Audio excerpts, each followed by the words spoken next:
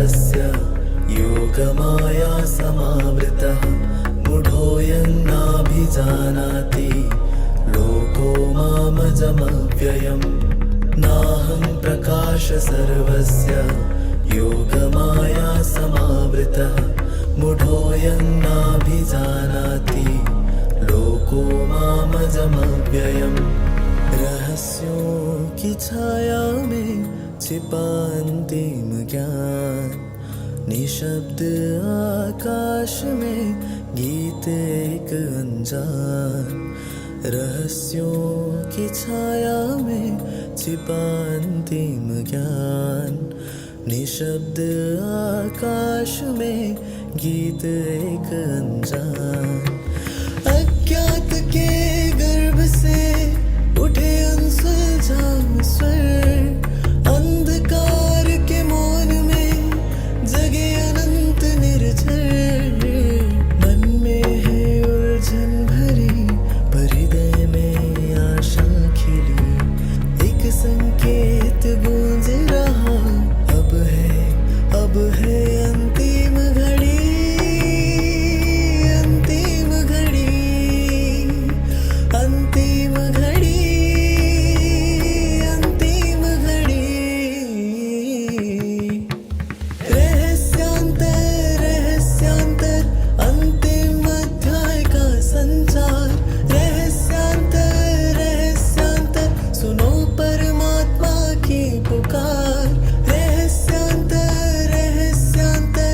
अंतिम अध्याय का संचार रहस्यांतर सुनो परमात्मा की पुकार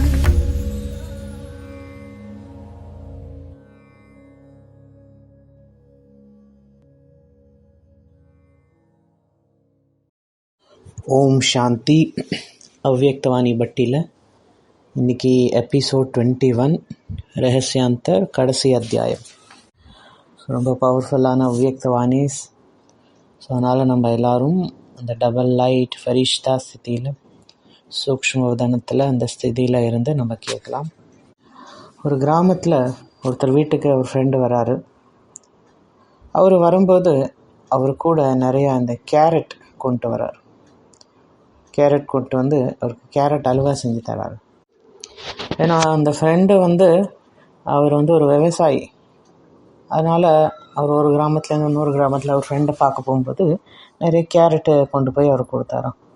அவரோட ஃப்ரெண்டு அந்த கேரட் அல்வா செஞ்சு கொடுத்தாராம். நல்லா டேஸ்டியாக இருந்தது. ஸோ அவர் அந்த கேரட் அல்வா சாப்பிட்டுட்டு போயிட்டார். அங்கே போனோன்னே அவர் அந்த கேரட் அல்வாவோட மகிமை சொல்கிறார். நம்ம என் ஃப்ரெண்டு நல்லா கேரட் அல்வா பண்ணுவார் அப்படின்னு. அப்போ என்ன ஆகுது, கொஞ்ச நாள் கழித்து அந்த ஃப்ரெண்டு வீட்டுக்கு இந்த ஃப்ரெண்டோட ஃப்ரெண்டு வராரு. அவர் என்ன சொல்கிறாருன்னா, நான் கேள்விப்பட்டிருக்கேன் நீங்கள் கேரட் அல்வா ரொம்ப டேஸ்டியாக பண்ணுறீங்களாமே அப்படின்னு அதோட பெருமை சொல்கிறார். அப்போ அவரோட ஃப்ரெண்டு இவருக்கும் கேரட் அல்வா செஞ்சு தர்றார். இவரும் சாப்பிட்டுட்டு போகிறார். ஸோ இவர் போயிடுறாரா. அப்புறம் கொஞ்சம் நாள் கழித்து இன்னொரு ஃப்ரெண்டு வர்றார். அவர் யாருன்னா, அதான் அந்த கேரட் யார் ஃபஸ்ட்டு கொண்டு வந்தாரோ கிராமத்துலேருந்து அந்த விவசாயி, அவரோட ஃப்ரெண்டு தான். அவரும் சொல்கிறார், இந்த மாதிரி நானும் நீங்கள் கேரட் அல்வா நல்லா செய்வீங்கன்னு கேள்விப்பட்டேன் அப்படின்னு. ஸோ இவருக்கும் அந்த கேரட் அல்வா தர்றாரு. இவரும் சாப்பிட்டு போயிடுறார். கொஞ்ச நாள் கழித்து மூணாவதாக ஒருத்தர் வர்றாராம். ஸோ அப்போ மூணாவது வாட்டி இன்னொருத்தர் வர்றார். அவரும் அதான் சொல்கிறார், உங்கள் ஃப்ரெண்டு கேரட் கொண்டு வந்தார்ல, நானும் அவரோட ஃப்ரெண்டு தான். நானும் இந்த மாதிரி நீங்கள் கேரட் நல்லா பண்ணுவீங்கன்னு கேள்விப்பட்டேன். அப்போ இவருக்கும் அந்த மாதிரி மறுபடியும் கேரட் அல்வா செஞ்சு கொடுத்தார். இப்போ இந்த மாதிரி நிறைய பேர் வர ஆரம்பிச்சிட்டாங்களாம். நானும் அவர் ஃப்ரெண்டு தான் அப்படின்னு சொல்லி இந்த இது அப்படியே தொடர்ந்துகிட்டே இருந்து தான். ஸோ இந்த மாதிரி நிறைய பேர் வந்துகிட்டே இருந்தாங்களா. அவர் கொஞ்சம் இதாகிட்டார். அப்போ கடைசியாக ஒருத்தர் வந்தாராம். அவரும் அதான் சொன்னாராம், இந்த மாதிரி நான் உங்கள் ஃப்ரெண்டு அந்த கேரட் கொண்டு வந்தார்ல, அவரோட ஃப்ரெண்டு நான் தான். நீங்கள் இந்த மாதிரி நல்லா கேரட் அல்வா செய்கிறீங்கன்னு கேள்விப்பட்டேன் அப்படின்னு. அப்போ எனக்கும் கொஞ்சம் தரீங்களான்னு கேட்குறாரு. இப்போ இவர் என்ன ஆயிடுச்சு, டென்ஷன் ஆகிட்டாரா. இவர் என்ன பண்ணுறாரு, போய் சுடுதண்ணியை கொண்டாந்து அவர்கிட்ட வைக்கிறார். இவர் பார்த்துட்டு சொல்கிறாராம், ஏன்னா நீங்கள் கேரட் அல்வா கொண்டு வருவீங்கன்னு பார்த்தா சுடுதண்ணி கொண்டு வரீங்க, வெறும் சுடுதண்ணி கொண்டு வரீங்க அப்படின்னு. அப்போ அவர் சொன்னாராம், இது சுடுதண்ணி இல்லை, நீங்கள் எல்லோரும் நான் உங்கள் ஃப்ரெண்டுன்னு சொல்லிட்டு வரீங்க. அதுமாதிரி இதுவும் வந்து அந்த அல்வா பண்ணல, அந்த அல்வாவோட அல்வா ஃபஸ்ட்டு ஒரு அல்வா செஞ்சேன், அதுலேருந்து மீந்தது அந்த மாதிரி அது கடைசியில் இதுதான் இருக்குது அப்படின்னு சொல்லிட்டு இப்போ சாஸ்திரங்கள் பக்கம் வராங்க. சாஸ்திரங்களும் ஃபஸ்ட்டு இப்படி தான் இருந்தது. அதுக்காக இன்னொரு இதை எழுதுறாங்க, அதுக்காக இன்னொன்று எழுதுறாங்க, அந்த மாதிரி ஆகி இன்றைக்கி இந்த நிலைமையில் இருக்குது. ஸோ அதுக்கப்புறம் பார்த்திங்கன்னா தர்மஸ்தாபகர்கள் இருந்தாங்க. அவங்க மெசேஜை கொடுத்தாங்க, அதை வச்சு புக்ஸ் எழுதினாங்க. அந்த புக்ஸை வச்சு அதுக்கப்புறம் நிறைய புக்ஸ் எழுதினாங்க. அவங்க ஒரு புக் எழுதினாங்களோ அதை கமெண்ட் பண்ணுறதுக்கு இன்னொரு புக் எழுதினாங்க. இந்த மாதிரி அதுக்கப்புறம் நிறைய புக்ஸ் அந்த மாதிரி எழுதிட்டு போனாங்க. இங்கிலீஷில் ஒரு வார்த்தை இருக்குது, இன்டர்பொலேஷன். ஸோ அதில் வந்து புது விஷயங்கள் ஆட் பண்ணிகிட்டே போயிட்டு இருந்தாங்க. அதில் புது விஷயம் எழுதும்போது அவங்களுக்கு எது கம்ஃபர்டபுளாக ஃபாலோ பண்ண இருந்ததோ அதை மட்டும் எழுத ஆரம்பிச்சிட்டாங்க, மற்ற விஷயத்த ஸ்கிப் பண்ண ஆரம்பிச்சிட்டாங்க. அப்போ என்னாச்சு, அந்த சாஸ்திரங்களோட மூல சாரம், அதோடு என்ன சொல்ல வந்தாங்க அது தொலைஞ்சு போயிடுச்சு. இப்போ என்ன இருக்குது, அந்த அல்வாவோட கடைசியில் வெறும் தண்ணி இருக்கிற மாதிரி இன்றைக்கி அந்த மாதிரி தான் இருக்குது. ஸோ அப்போ அந்த யதார்த்தம், அந்த சாரம், சாஸ்திரத்தோட சாரம் என்னது, அது வந்து போயிடுச்சு. ஒருத்தர் வந்து ஒரு இன்வென்ஷன் பண்ணார், அதுக்கப்புறம் அதை இன்டர்பொலேஷன் பண்ணாங்க, அதோட மெயின் இது தொலைஞ்சிடுச்சு. எல்லாரும் என்ன சொல்கிறாங்க, நாங்கள் சொல்கிறது தான் சத்தியம், இதுதான் உண்மையானது, இதுதான் யதார்த்தமானது அப்படின்னு இன்னைக்கு உள்ளவங்க சொல்லிகிட்ருக்காங்க. தன்னை வந்து தர்மத்தின் அத்தாரிட்டின்னு புரிஞ்சுக்கிறாங்க, சயின்ஸின் அத்தாரிட்டின்னு புரிஞ்சுக்கிறாங்க, சாஸ்திரங்களின் அத்தாரிட்டின்னு புரிஞ்சுக்கிறாங்க தன்னை. ஆனால் எல்லாருமே எப்படி இருக்காங்க, எந்த ஒரு பலம் இல்லாமல் இருக்காங்க, சக்தி இல்லாமல் இருக்காங்க, எந்த ஒரு சாரமுமே இல்லை. அதுக்காக இப்படி கிடையாது, மகான் ஆத்மாக்கள் இந்த உலகத்தை வந்து பாதுகாக்கலை அப்படின்னு இல்லை. அவங்களும் தர்மஸ்தாபகர் வந்தாங்க, ஈஸ்வர் புத்திரர் வந்தாங்க, பேகம்பர் வந்தாங்க, புத்தர் வந்தார், சன்னியாசிகள் வந்தாங்க, யோகி வந்தாங்க, தபஸ்விகள் வந்தாங்க, அவதாரங்கள் வந்தாங்க, இந்த மாதிரி நிறைய பேர் வந்தாங்க. சாது சன்னியாசிகள் வந்தாங்க, மகாபுருஷ் வந்தாங்க, பரமஹன்ஸ் வந்தார், இந்த மாதிரி ஃபக்கீர், சூஃபி சந்து, இவங்கெல்லாம் வந்தாங்க, மஸ்த் ஃபக்கீர், இவங்கெல்லாம் வந்தாங்க. எல்லாருமே அவங்களால முடிஞ்ச அளவுக்கு இந்த உலகத்தை காப்பாற்றுறதுக்காக அவங்களோட முழு முயற்சி பண்ணாங்க. எவ்வளோ பாபாக்கள் வந்தாங்க, இருந்தாலும் என்ன ஆச்சு, இந்த பூமி வந்து நாளுக்கு நாள் மோசமாயிட்டே தான் போகுது. அந்த அல்வாவோட கடைசியில் தண்ணி மீந்துற மாதிரி இப்போ வந்து என்ன மிச்சம் இருக்குது, வெறும் தண்ணி தான். இதை தான் இப்போ வந்து இவங்க அல்வான்னு நினச்சி சாப்பிட்டுட்ருக்காங்க. அந்த வெறும் அந்த மோர் குடிக்கிற மாதிரி இன்றைக்கி உலகத்தோட நிலைமை இப்படி தான் இருக்குது. ஸோ இதை வந்து பாபா எப்படி சொல்கிறாரு, ஒரு கஷ்டமான சூழ்நிலையில் இன்றைக்கி உலகம் இருக்குது, ஒரு துவிதாவில் இருக்குது. அந்த துவிதாங்கிற அந்த நார்த் சைட்லாம் தலைக்கு முன்னாடி ஒரு துணி போடுவாங்க அவங்க. அந்த மாதிரி இன்றைக்கி உலகம் வந்து ஒரு கஷ்டமான சூழ்நிலையில் இருக்குது. முரளியில் பாபா என்ன சொல்கிறாரு, என்ன அதாவது இன்றைக்கி உள்ள உலகத்தில் மக்கள் அவங்க சந்தோஷமாக இருக்க, டான்ஸ் ஆட என்ன சாதனங்கள்லாம் யூஸ் பண்ணுறாங்களோ அது அவங்கள வந்து இன்னும்தான் துக்கத்தில் கொண்டு போகுது. இன்னும்தான் எது பண்ணாலும் கடைசியில் துக்கம்தான் அதிகரிக்குது. அவங்க செய்யக்கூடிய எல்லா பிரயாசமும் அது கடைசியில் வந்து துக்கம்தான் கொடுக்குது. கடைசி ரிசல்ட் வந்து துக்கத்தை நோக்கி தான் போகுது. ஸோ அதனால் இதை வந்து 86 சொன்ன முரளி அப்போவே பாபா சொன்னார், சன்சார், இந்த உலகம் வந்து ஹல்சல், ஒரு குழப்பமான சூழ்நிலை நோக்கி போயிட்டுருக்கு. உலகம் வந்து பயத்தில் இருக்குது, ரொம்ப ஒரு துக்கத்தில் இருக்காங்க. அப்போ வந்து துக்கத்தில் இருந்தாங்க, இப்போ மகான் துக்கத்தில் இருக்காங்க, இப்போ மகான் பயத்தில் இருக்காங்க. அப்போ 86 பயத்தில் இருந்தாங்க, இப்போ மகான் பயத்தில் இருக்காங்க, ரொம்பவே அதிக பயத்தில் இருக்காங்க. அப்போ ஹல்சலில் இருந்தாங்க, இப்போ 2025 மகா ஹல்சலில் இருக்காங்க. ஸோ இதுதான் அந்திம் அத்தியாய், இதுதான் அந்த கடைசி சாப்டர், க்ளோசிங் சாப்டர். பாபா என்ன சொல்லணுமோ எல்லா டீச்சிங்ஸும் சொல்லி முடிச்சிட்டார். இப்போ சொல்கிறதுக்கு வேறு எதுவுமே இல்லை. ஸோ இதுதான் அந்த ஷிஃப்ட், த எனிக்மேட்டிக் ஷிஃப்ட். இந்த ஷிஃப்ட்டை பிராமணரும் புரிஞ்சுக்க முடியல. அந்த மாதிரி ஒரு ஷாக், அந்த மாதிரி ஒரு ஆச்சரியமாக இருக்குது. இந்த பிராமணர்களாலையும் புரிஞ்சிக்க முடிய மாட்டேங்குது. ஸோ இந்த அவ்வியக்த வாணியில் பாபா இதெல்லாம் தான் பற்றி தான் சொல்லிட்டு வர்றார். நாலாபுரமும் ஹல்சல் இருக்குது, நாலாபுரமும் பயம் இருக்குது, யதார்த்துக்கான அந்த சாம்ராஜ்யம் இருக்குது. 3 ராஜ்யமும் சரி, ராஜ்ய சத்தா, சயின்ஸின் இது, அப்புறம் இந்த அரசியல்வாதி, அப்புறம் இந்த சாஸ்திரவாதிகள், இது எல்லாமே ஃபெயில் ஆகிட்டே போகுது. இந்த உலகத்தின் ஆதாரம் நீங்கள் தான் அப்படின்னு பாபா சொல்கிறார். இந்த உலகத்தின் ஆதாரம், இந்த உலகத்துக்கு நன்மை செய்யக்கூடியவங்க நீங்கள் தான். உத்தாரணா என்னது? உத்தார மூர்த்தின்னு சொல்கிறாங்க. உத்தாரணா என்னது? நன்மை, கல்யாண்காரி, கல்யாண்காரின்னு அர்த்தம். இப்போ உத்தாரணா என்ன அர்த்தம் நீங்கள் சொல்லுங்கள். உத்தாரணா என்னது? முக்தி. உத்தாரணா அவங்களுக்கு விடுதலை கொடுக்கறது. உதாரணம் அவங்கள லிபரேட் பண்ணுறது எல்லா கஷ்டம், எல்லா துக்கத்தில் இருந்தும். ஸோ இந்த உலகத்துக்கு, இந்த உலகத்தை காப்பாற்றக்கூடியவங்க, நன்மை செய்யக்கூடியவங்க, ஆறுதல் கொடுக்கக்கூடியவங்க, அதாவது ஒரு சுகம் கொடுக்கக்கூடியவங்க நீங்கள் தான். ஆதார் மூர்த்தி நீங்கள் தான். இந்த உலகத்தின் ஃபவுண்டேஷன் நீங்கள் தான்.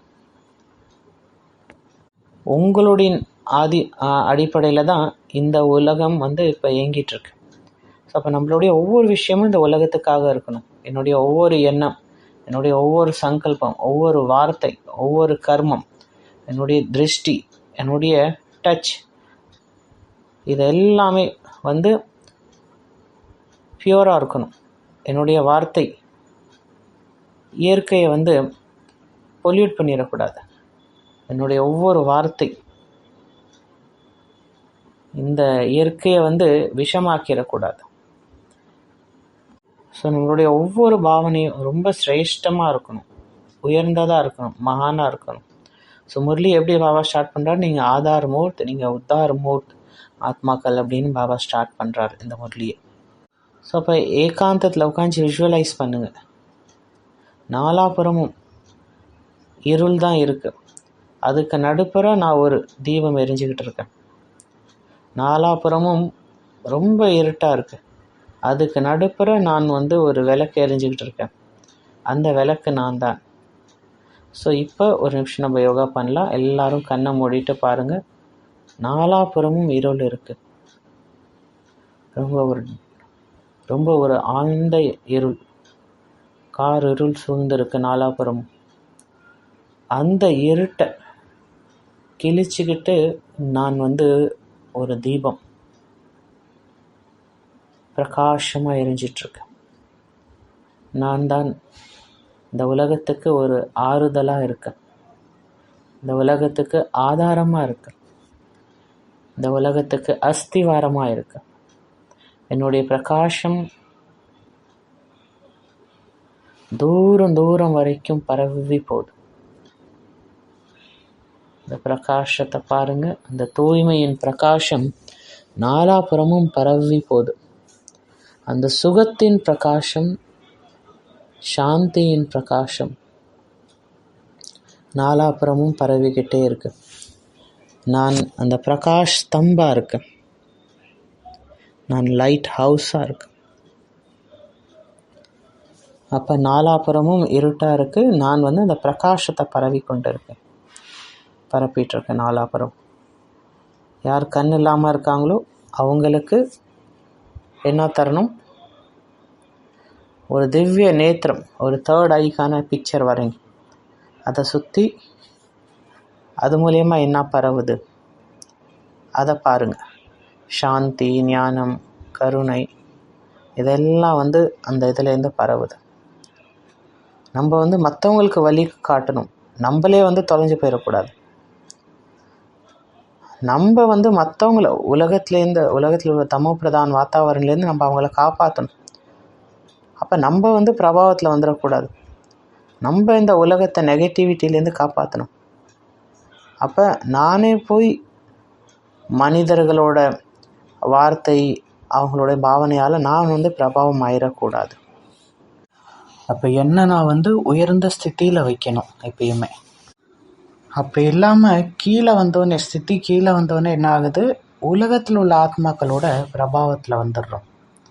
இங்கே கூட 4 விதமான ஸ்திதி பற்றி பாபா சொன்னார்.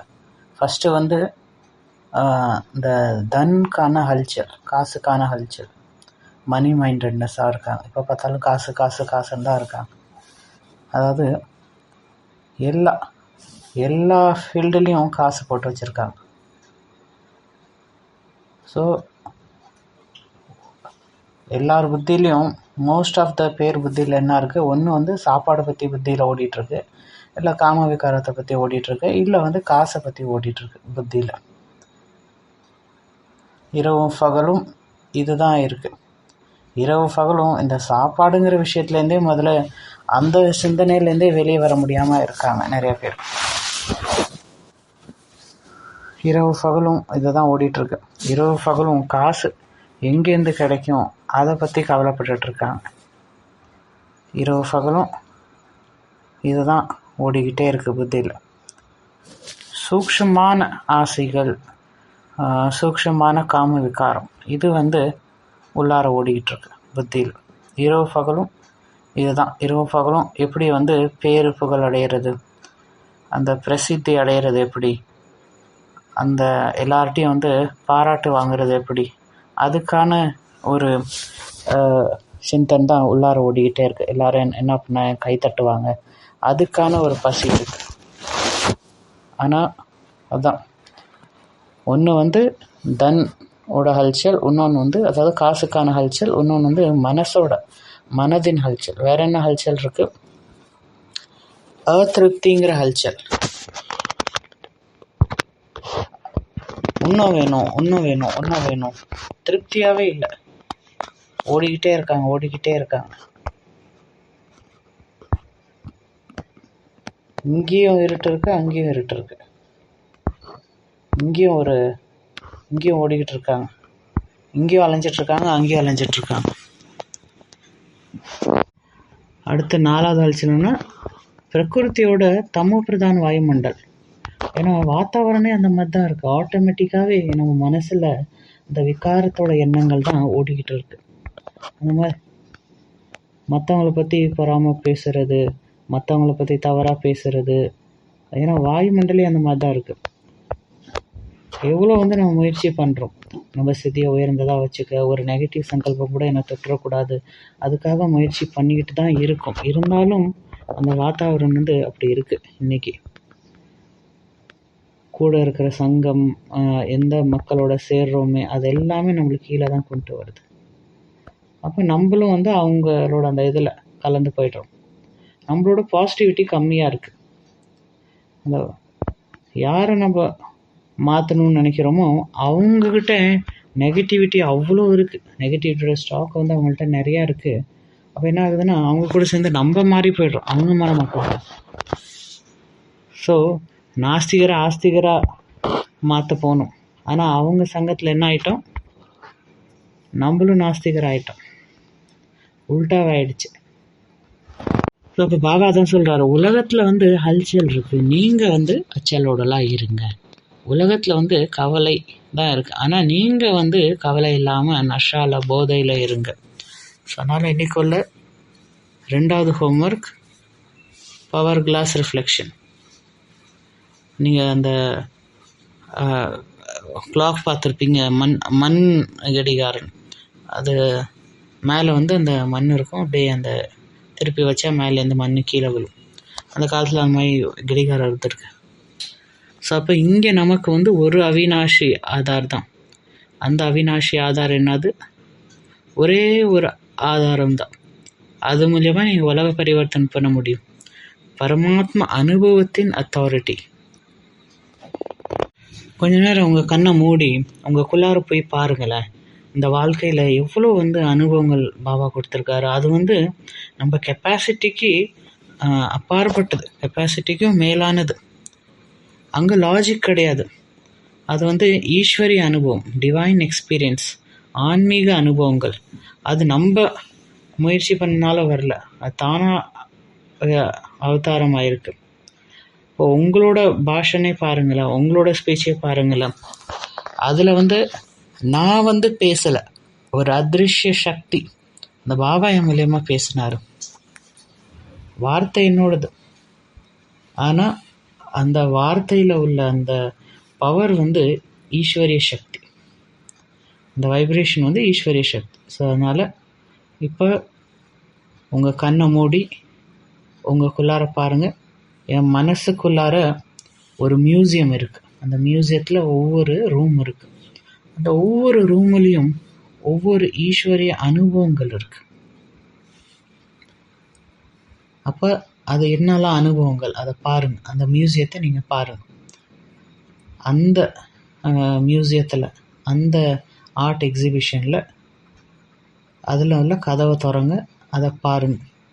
அந்த ரூமில் என்ன அனுபவம் இருக்குது. அது வந்து நான் முயற்சி பண்ணி நான் பண்ணதுன்னு இல்லை, அது மேலேருந்து பாபா நமக்கு பண்ண வச்ச அந்த அனுபவம். திடீர்னு அஷரீரிக்கான அனுபவம், திடீர்னு பாபா ஏதோ ஒரு விஷயம் டச் பண்ணார், அதுக்கான அனுபவம். அடுத்த ரூமில் வேறு என்ன இருக்குது, நம்மளுடைய ஒரு வார்த்தையால் யாருக்கும் ஒரு ஆதாரம் கிடைச்சது. அடுத்த ஒரு ரூமில் வேறு ஒரு அனுபவம், அடுத்த ரூமில் வேறு ஒரு அனுபவம். அப்போ நீங்கள் பாருங்கள், நான் என்னால் அனுபவம் பண்ணேன் இந்த வாழ்க்கையில், பாபா என்னால் அனுபவம் பண்ண வச்சுருக்கார். எது முடியாதுன்னு நினச்சினோ அது இன்றைக்கி முடிஞ்சிருச்சு. நம்ம பலம் இல்லாமல் இருந்தோம், இன்றைக்கி ரொம்ப சக்திசாலி ஆகிட்டோம். பயத்தில் இருந்தோம், யார் நம்மளை பயத்துலேருந்து காப்பாற்றினா? ஸோ அந்த அனுபவத்தெல்லாம் ஒவ்வொரு ரூமில் போய் பாருங்கள். Mind museum game. ஸோ இதுதான் வந்து பாபா சொல்கிறார், உங்கள்கிட்ட என்ன இருக்குது, பரமாத்மா அனுபவத்தின் அத்தாரிட்டி. இந்த அத்தாரிட்டி வேறு யாருக்கிட்டையுமே இல்லை. ஏன்னா அவங்களுக்கு முதல்ல பரமாத்மா யாருன்னே தெரியல. எதை வந்து அவங்க அத்தாரிட்டின்னு புரிஞ்சுக்கிறாங்களோ அது என்னது, அது அந்த அல்வாவோட கடைசியில் மிஞ்சி இருக்கக்கூடிய அந்த தண்ணி தான், அந்த சுடு தண்ணி தான். உண்மையான அத்தாரிட்டி உங்கள்கிட்ட தான் இருக்குது. அதனால் என்ன லட்சியம் வைக்கணும், ஜஸ்ட் வார்த்தையை மட்டும் பிடிக்கக்கூடாது. வார்த்தை வந்து யாரையுமே மாற்ற போகிறதில்ல. அந்த வார்த்தை பின்னாடி இருக்கக்கூடிய அந்த சக்தி, அது பின்னாடி இருக்கக்கூடிய அந்த பாவனை, அதுதான் வந்து அவங்கள மாற்றும். அந்த அனுபவம் தான் அவங்கள மாற்றும். ஸோ மேலே என்ன எழுதுவீங்க, டெம்பரரி சப்போர்ட். யாரும் மனிதர்கிட்ட ஓடுறோம், யாரும் சீனியர்கிட்ட ஓடுறோம், சீனியர்கிட்ட ஜூனியர்கிட்ட, யாரோ ஃப்ரெண்டுகிட்ட, யாரோ ஒரு சம்பந்தன்கிட்ட. இந்த உலகத்தில் உள்ள எந்த மனிதர்கிட்டேருந்து எதுவுமே கிடைக்காது. அதிருப்தி, அசந்துஷ்டா தான் கிடைக்கும். நீங்கள் தான் உங்களுக்கான பதிலை நீங்களே கண்டுபிடிக்கணும். யார்கிட்டையும் எந்த பதிலும் இல்லை. எப்படி தருவாங்க? காசு வந்து ஆதாரம் கிடையாது. யார்கிட்ட அதிக காசு இருக்கோ அவங்க அதிக சக்திசாலி. யார்கிட்ட வந்து பெரிய போஸ்ட்டு, பெரிய வீடு இருக்கோ, ஏன்னா அவங்களுக்கு என்ன நிறைய அனுபவம் ஆகுதா? அப்படியா இருக்குது? அப்படிலாம் கிடையாது. இப்போ அவங்க என்ன கம்மியாக நோய் ஆகுறாங்க? அப்போ இந்த ஆதாரம்லாம் செல்லாது. எதோ வந்து நீங்கள் இப்போ காசு இருக்குது, அது எதோ ஆதாரம்னு சொல்கிறீங்களோ அதெல்லாம் எரிஞ்சு போய்டும், எதுவுமே இருக்காது கடைசியில். ஒவ்வொரு ஆத்மாவும் அதோட பாவனை சன்ஸ்காரோட தான் அது உடல் விடுது, எதுவுமே எடுத்துகிட்டு போகிறதில்ல. அப்போ இதெல்லாம் டெம்பரரி சப்போர்ட். இந்த பேர், புகழ், இதுக்கான ஆசை, இதெல்லாம் வந்து ஆதாரம் கிடையாது. உண்மையான ஆதாரம் வந்து ஒரு பாபா தான். இன்னொரு விஷுவலைசேஷன் கூட நீங்கள் பார்க்கலாம். யாரெல்லாம் நான் வந்து என்ன ஆதாரமாக எடுத்திருக்கேன், ஏதோ ஒரு பிரச்சனை வரும்போது நான் அந்த மனிதர் பக்கத்தில் ஓடுறேன். அந்த இதில் பாருங்கள், எல்லாமே விழுந்துருச்சு. என்னோடய வீடு விழுந்துருச்சு, என்னோடய சென்டர் விழுந்துருச்சு, மதுபன் விழுந்துருச்சு, எதுவுமே இல்லை. அதை அந்த விஷுவலைஸ் பண்ணி பாருங்கள். என்னோடய அக்கௌண்ட்டு, என்னோடய பேங்க்கு, என்னோடய சம்பந்தங்கள், எனக்கு இருக்க சுவிதா, எனக்கு இருக்க கம்ஃபர்ட்ஸு, எல்லாமே போயிடுச்சு. இப்போ என்ன இருக்குது கடைசியில்? ஒரே ஒரு பாபா மட்டும்தான் இருக்கார். சாப்பாடு அதுவும் போயிடுச்சு, அதுவும் நிலையானது கிடையாது. எல்லாமே போயிடும், அது எல்லாமே இருக்காது. ஒரு ஒரு பாட்டு எழுதுறாரு, கடவுளே என்கிட்ட இவ்வளோ பெரிய வீடு இருக்குது, ஆனால் இதை மறந்துடக்கூடாது, உங்கள்கிட்ட அந்த மின்னல் இருக்குது, எப்போ அந்த மின்னல் இந்த வீடு உடஞ்சி போயிடும் தெரியாது. அதனால் இறைவன் அவர் எப்படி வைக்கிறாரோ அதில் நான் திருப்தியாக இருக்கேன். நீங்கள் என்ன பண்ணுறீங்களோ அதுக்கெல்லாம் நான் ஓகே தான். ஏன்னா உங்கள்கிட்ட மின்னல் இருக்குது, என்கிட்ட வீடு இருக்குது. ஸோ அதனால் மேபி இன்றைக்கே என் வாழ்க்கையோட கடைசி நாளாக கூட இருக்கலாம், எது வேணாலும் நடக்கலாம். நேற்று நைட்டு இங்கே என்கிட்ட ஒரு பேஷண்ட் வந்தாங்க. அவர் ஏதோ வீட்டுக்கு போயிருந்தார். அவங்க வீட்டில் நெருப்பு பிடிச்சி வச்சு. ஸோ இங்கே மவுண்ட்டில் நேற்று ஒரு கேஸ் நடந்தது. அது என்னென்னா, இங்கே குளிர்னால என்ன பண்ணுறாங்க, கதவை எல்லாத்தையும் சாத்திக்கிட்டு, நாலாப்புறமும் சாத்திக்கிட்டு உள்ளார அந்த ஹீட்டரை யூஸ் பண்ணுறாங்க. அது என்ன ஆகுது, சில நேரத்தில் ஏதோ நெருப்பு பிடிச்சி அந்த கார்பன் மோனாக்சைடு அவர் மயங்கி கிடந்தாராம். எவ்வளோ நேரமாக மயங்கி கிடந்தான்னு தெரியல. அவங்கள கூட்டு கொண்டாந்து இங்கே அட்மிட் பண்ணியிருந்தாங்க. சில பேர் அந்த மாதிரி இருக்காங்க, எல்லாம் படுக்கும்போது ரூமுக்கு எல்லாத்தையும் க்ளோஸ் பண்ணிக்கிட்டு படுத்துடுறாங்க. இங்கே இங்கேயும் இப்போ சில நேரத்தில் குளிர் இருக்கும்போது 0 டிகிரி கிட்ட போயிடுது. அப்போ எல்லாத்தையும் க்ளோஸ் பண்ணிவிட்டு உள்ளார அந்த ஹீட்டரை போட்டு கொடுக்குறாங்க. அது திடீர்னு என்ன ஆச்சுன்னு தெரியல, இங்கே கொண்டாந்து அப்புறம் அவரை அட்மிட் பண்ணாங்க. அவர் மூக்குலேருந்து அந்த பைப்பு போட்டு எடுக்கும்போது உள்ளாரேருந்து கருப்பாக வந்தது. ஸோ இந்த மாதிரி திடீர்னு என்னமோ நடந்துடுது. இப்போ அவருக்கு என்னாச்சுன்னு ஒன்றும் தெரியல, மயங்கத்திலே தான் கிடக்கார் அவர்.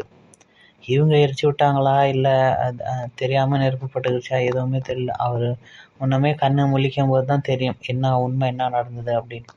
ஸோ அந்த மாதிரி எதுவுமே டெம்ப்ரவரி, எல்லாமே டெம்ப்ரவரி தான், எதுவும் நிரந்தரம் கிடையாது. எப்போ வேணாலும் என்ன வேணாலும் திடீர்னு எது வேணாலும் நடந்துடுது. ஸோ இப்போ நீங்களே உங்கள் டைரியில் எழுதுங்க, எந்த ஆதாரம் நிரந்தரம் கிடையாது. அதெல்லாம் நான் இன்னும் பிடிச்சி வச்சுருக்கேன் என் வாழ்க்கையில். என் வாழ்க்கையில் எந்த ஆதாரம் நிரந்தரம் இல்லை, ஆனால் அதை நான் பிடிச்சி வச்சுருக்கேன் ஆதாரமாக. அப்போ எல்லார் வாழ்க்கைக்கும் நிரந்தரமான ஒரு பர்மனண்ட் சப்போர்ட், நிரந்தர ஆதாரம் ஒருத்தர் தான், இந்த ஒரே ஒரு பாவா மட்டும்தான். அவரை தவிர வேறு யாரும் இருக்க முடியாது. அப்போ இதை ஒரு விஷுவலைசேஷனாக பாருங்கள், உங்கள் மனக்கண்ணால் பாருங்கள். நான் இது வரைக்கும் இதெல்லாம் ஆதாரம்னு பிடிச்சி வச்சுருந்தேன்னா அது எல்லாமே விழுந்துருச்சு. இப்போ எதுவுமே இல்லை. என்ன இருக்குது கடைசியில்? ஒரே ஒரு பாபா மட்டும்தான் என்கிட்ட இருக்கார், வேறு எந்த ஆதாரமும் கிடையாது. அவர் மட்டும்தான் என்னுடைய பர்மனண்ட் சப்போர்ட், அவ்வளோதான். 4வது ப்ராக்டிஸ், நம்ம அனுபவத்தை அதிகரிக்கணும். இப்போ நீங்கள் எங்கேயோ ஸ்பீச்சுக்காக போகிறீங்க. ஸோ நீங்கள் எங்கேயோ ஸ்பீச் கொடுக்க போகிறீங்க, இல்லை ஏதோ இடத்துல கோர்ஸ் கொடுக்க போகிறீங்க, இல்லை யாரோ துக்கத்தில் இருக்காங்க, அவங்களுக்கு ஏதோ ஒரு கிளாஸோட பாயிண்ட்ஸ் சொல்ல போகிறீங்க. அப்போ அவங்கள்ட்ட என்ன சொல்லுவீங்க? அவங்கள்ட்ட போகும்போது ஒரு சூட்கேஸ் எடுத்துகிட்டு போகணும். அந்த சூட்கேஸில் என்ன இருக்கணும்? ஜஸ்ட்டு பாயிண்ட் மட்டும் இருந்தால் பத்தாது, அது அனுபவம் இருக்கணும். அந்த அனுபவத்தோடு அவங்களுக்கு சொல்லும்போது அது அவங்கள டச் ஆகும். ஸோ அந்த சூட்கேஸில் என்ன இருக்கணும்? அனுபவங்கள் இருக்கணும், பரமாத்மா அனுபவங்கள் இருக்கணும். அப்போ நம்ம அனுபவம் எவ்வளோ பண்ணுறோம்? இப்போ நேற்று எடுத்துக்கோங்களேன், நான் நேற்று என்ன அனுபவம் பண்ணேன், அதுக்கு முன்னாடி நாளும் இன்றைக்கும் பார்க்கும்போது நான் நேற்றோட இன்றைக்கி அதிக அனுபவம் பண்ணேனா இல்லை கம்மியாக தான் அனுபவம் பண்ணேனா, இதை செக் பண்ணும். பாபாட்டேருந்து இந்த ஹெல்ப்பு கிடச்சிது, அந்த ஹெல்ப்பு கிடச்சிது, இதெல்லாம் சாதாரணமானது தான். இதை நீங்கள் எல்லார்ட்டையும் சொல்லிகிட்டே இருக்கிறது அவ்வளோ நல்லது இல்லை. அதை எவ்வளோ குப்தமாக வச்சுக்கிறீங்களோ நல்லது. ஏன்னா இதனால் என்ன ஆகுதுன்னா அவங்க அகங்காரம் இன்னும் அதிகமாகுது. ஏன்னா நீங்கள் சொல்லும்போது மற்றவங்களுக்கு ஒரு எரிச்சலாக இருக்குது. ஸோ இப்போ ஸ்தூல அனுபவத்தை சொல்லாதீங்க, சூக்ஷ்ம அனுபவம் சொல்லுங்கள். சூக்ஷ்ம அனுபவத்தில் என்ன வந்துடும்? எனக்கு நீண்ட நேரம் அசரீரி அனுபவம் ஆச்சு. ஸோ இதெல்லாம் ஒரு அனுபவம் தான். நான் ஸ்திரமாக 1 மணி நேரம் ஸ்திரமாக உட்காந்துருந்தேன், எனக்கே தெரியல எப்படி அந்த 1 மணி நேரம் போச்சுன்னு. இந்த மாதிரி அனுபவம் சொல்லுங்கள். உலகத்தில் கூட யோகிகள்லாம் நைட்டு ஃபுல்லாக உட்காந்துருக்காங்க, சிரமமாக ஒரே இடத்துல உட்காந்துருக்காங்க. நைட்டு ஃபுல்லாக ஒரு இடத்துல உட்காந்துருக்காங்க. ஸ்லீப்லெஸ் செயின்ட்டுன்னு கூட நம்ம கேள்விப்பட்டிருக்கோம். தூக்கம் கூட டைம் வேஸ்ட்னு அவங்க சொல்கிறாங்க. அது ஒரு விதமான மயக்க நிலை அப்படின்னு அவங்க சொல்கிறாங்க. ஏன்னா கனவுல மனிதனை சுற்றிட்டு இருக்கான். அதுக்கப்புறம் ஸோ அந்த ஜாகரண அவஸ்தாலே நம்ம தூங்கணும். அப்போ தான் காலைல எந்திரிக்கும் போதும் ஃப்ரெஷ்ஷாக இருப்போம். இயற்கையில் போகணும். அங்கே உட்காந்து கவிதை எழுதுங்க, ஒரு 2 லைன் நச்சும் எழுதுங்க. ஆனால் ரொம்ப ஆழமான விஷயங்கள் எழுதுங்க. இப்போ வெளி உலகத்தில் கூட இந்த மாதிரி நிறைய கவிதை எழுதுகிறாங்க. ஜஸ்ட்டு 2 லைன் தான். ஆனால் அதில் எவ்வளோ ஆழமான அர்த்தம் இருக்குது, ஆழமான ரகசியம் இருக்குது. ஒரு கவிதை எழுதுகிறவர் சொல்கிறார். ஸோ அந்த ஒரு போயிட் என்ன எழுதியிருக்காருன்னா, அவர் என்ன சொல்கிறாருன்னா, நானே அந்த ஒரு சீனரியாக ஆயிட்டேன். ஒரு அழகான சீனரி இருக்குது, அதில் நதி இருக்குது, மலைகள் இருக்குது, க்ரீனரி இருக்குது. அதில் ஒருத்தர் குதிரையில் போயிட்டுருக்கார். இப்போ நானே அந்த பிக்சராக ஆகிட்டேன், நானே அந்த பிக்சரில் கலந்துட்டேன் அப்படின்னு ஒரு அழகான ஒரு கவிதை எழுதினார். சின்ன வரி தான், ஆனால் நல்ல ஒரு ஆழமான மீனிங் இருந்தது. 56 அவர் எழுதினார், 1956 டைமில். அப்போ இயற்கையில் போகும்போது அவருக்கு அனுபவம் ஆச்சு, நானே இயற்கையாக மாறிட்டேன் அப்படின்னு. அப்போ நானே அந்த மலையாக மாறிட்டேன். அதாவது இப்போ உதாரணத்துக்கு மழை வருது, அப்போ நான் வேறு, அந்த மலை வேறையாக இருக்குது. ஆனால் இப்போ நம்ம எப்படி மாறிடணும், நானே மலையாக மாறிடணும், நானே அந்த மலை துளிகளாக மாறிடணும். ஸோ இதெல்லாம் என்ன சொல்லுவாங்க, டீப் எக்ஸ்பீரியன்சஸ். அப்போ அந்த டீப் எக்ஸ்பீரியன்ஸஸை வார்த்தைகளால் எப்படி சொல்கிறது, வார்த்தைகளால் எப்படி சொல்ல முடியும்? எனக்கு எப்படி அனுபவம் ஆச்சுன்னு திடீர்னு எனக்கு அனுபவம் ஆச்சு. பாபாவோடைய அந்த கை என் மேலே அனுபவம் ஆச்சு, பாபாவோட அந்த கிருபை எனக்கு அனுபவம் ஆச்சு. வாழ்க்கையில் ரொம்ப ஒரு கடுமையான சூழ்நிலை வந்தது, ரொம்ப பயமாக இருந்தது. இப்போ திடீர்னு எனக்கு அனுபவம் ஆச்சு, நான் அதுலேருந்து விடுபட்டுட்டேன், அதுலேருந்து முக்தி அடைஞ்சிட்டேன். ஸோ இந்த மாதிரி அனுபவங்களோட சூட்கேஸ் நீங்கள் எடுத்துகிட்டு போகணும். நீங்கள் எங்கேயாவது ஸ்பீச் கொடுக்க போகிறீங்க, இல்லை யாருக்காவது கோர்ஸ் கொடுக்க போகிறீங்க, அப்போ இந்த மாதிரி அனுபவங்களோட சூட்கேஸ் எடுத்துகிட்டு போங்க. சும்மா அந்த மனப்பாடம் பண்ண மாதிரி ஞானத்தை சொல்லக்கூடாதா, நீங்கள் ஆத்மா இது பரமாத்மா இது பரந்தான் அப்படின்னு அந்த மனப்பாடம் சொன்ன மாதிரி சொல்லிக்கிட்டே இருக்கக்கூடாது. அதை அவங்களுக்கு அனுபவம் பண்ண வைங்க. அப்புறம் கடைசி ஹோம்ஒர்க், 21 டாபிக் எடுங்க. க்ரியேட்டிவாக 21 டாபிக் எடுங்க. எக்ஸாம்பிள், ஒன்று துவிதாங்கிற கூங்கட். அதாவது ஒரு குழப்பமான அந்த லேடிஸ் அவங்க முன்னாடி மூஞ்ச மறைக்கிறதுக்காக ஒரு துணி போடுவாங்க, அந்த மாதிரி ஒரு பர்தாக்குள்ளார இருக்காங்க. ஸோ இந்த மாதிரி க்ரியேட்டிவாக ஏதாவது ஒரு டாபிக் எடுங்க. இன்னொரு எக்ஸாம்பிள் சொன்னோன்னா, ஈஸ்வரிய அனுபவத்தின் இத்திஹாசங்கள். எவ்வளோ நல்ல டாபிக். அப்புறம் கவலைங்கிற அந்த சிந்தாக்கு சீதா, கவலைங்கிற அந்த இது மேலே உக்காஞ்சிருக்காங்க. ஸோ இந்த மாதிரி க்ரியேட்டிவ் டாபிக் நீங்களே எடுங்க இந்த முரளியிலேருந்து. ஸோ அதனால் முக்கியமானது என்னது, அனுபவம். அப்போ அனுபவத்துக்கு என்ன தேவை, ஏகாந்தம் தேவை, சாட்சி பாவ் தேவை, தனிமை தேவை. நடுப்புற ட்ரில் பண்ணிக்கிட்டே இருங்க. பாபா சொல்லி கொடுத்த அந்த ட்ரில் நீங்கள் என்ன சேவை பண்ணுறீங்களோ அதில் அனுபவம். கவலை இல்லாத ஸ்திதி இருக்கணும், நஷா இருக்கணும், அந்த நிಶ್ಚಿಂತ ஸ்திதி இருக்கணும். ஸோ அதனால் இன்றைக்கி இந்த காரியங்களெல்லாம் நீங்கள் பண்ணுங்கள். அடுத்து கரீபியன் நாட்டை சேர்ந்தவங்க பாபா இன்றைக்கி சந்திச்சார். அவங்க கரீபில் இருக்காங்க அப்படின்னு பாபா சொல்கிறாங்க. அதாவது பாபாவுக்கு பக்கத்தில் இருக்காங்க, தூரத்தில் இருந்தாலும் மனசால பாபாவுக்கு பக்கத்தில், பாபாவோட இதயத்துக்கு பக்கத்தில் இருக்காங்க அப்படின்னு பாபா சொல்கிறார். ரைமிங். அடுத்து நேதாங்கிற அந்த கூங்கட், மேக்கா கூங்கட், இந்த மாதிரி நீங்கள் டாப்பிக்கில் நீங்கள் எழுதலாம். ஸோ அதனால் இன்றைக்கி இந்த 5 வேலை பண்ணணும். ஃபஸ்ட்டு ஹோம்ஒர்க்கு, நான் ஒரு பிரகாஷம், நாலாபுறமும் இருட்டு இருக்குது. இயற்கையோட ஒரு சீன் எடுத்துக்கோங்க. நான் யார், நான் சூரியனின் முதல் கிரணனாக இருக்கேன், அந்த ரெயின்போவோட கலராக நான் இருக்கேன். இயற்கையை பாருங்கள், அந்த வசந்த காலம் நான், அந்த பூக்களின் நறுமணம் நான். ஸோ அந்த நதி இருக்குன்னா அந்த நதி ஓடுதல் அதில் வந்து அந்த சத்தம் வருதுல்ல, அந்த சத்தம் நான், அந்த கல்கல் நாத் நான். அதுக்கு நீங்கள் இயற்கையில் உட்காந்து இயற்கையை அப்சர்வ் பண்ணணும். இப்போ மழை பெய்யுதுன்னா அந்த மலையை அப்சர்வ் பண்ணுங்கள். அப்போ அந்த மலையில் ஆடக்கூடிய அந்த மலையை இருக்கும்போது ஒரு அழகு இருக்குல்ல, அந்த அழகு நான். அப்போ அம்மாவோட அந்த தாய்மை நான், அந்த டாக்டர் இருக்காருன்னா அந்த டாக்டரோட ஹீலிங் பவர் நான். ஸோ அந்த மாதிரி விஷுவலைசேஷன், மெடிடேஷன். என்னுடைய 3வது கண்ணு திறந்துருச்சு.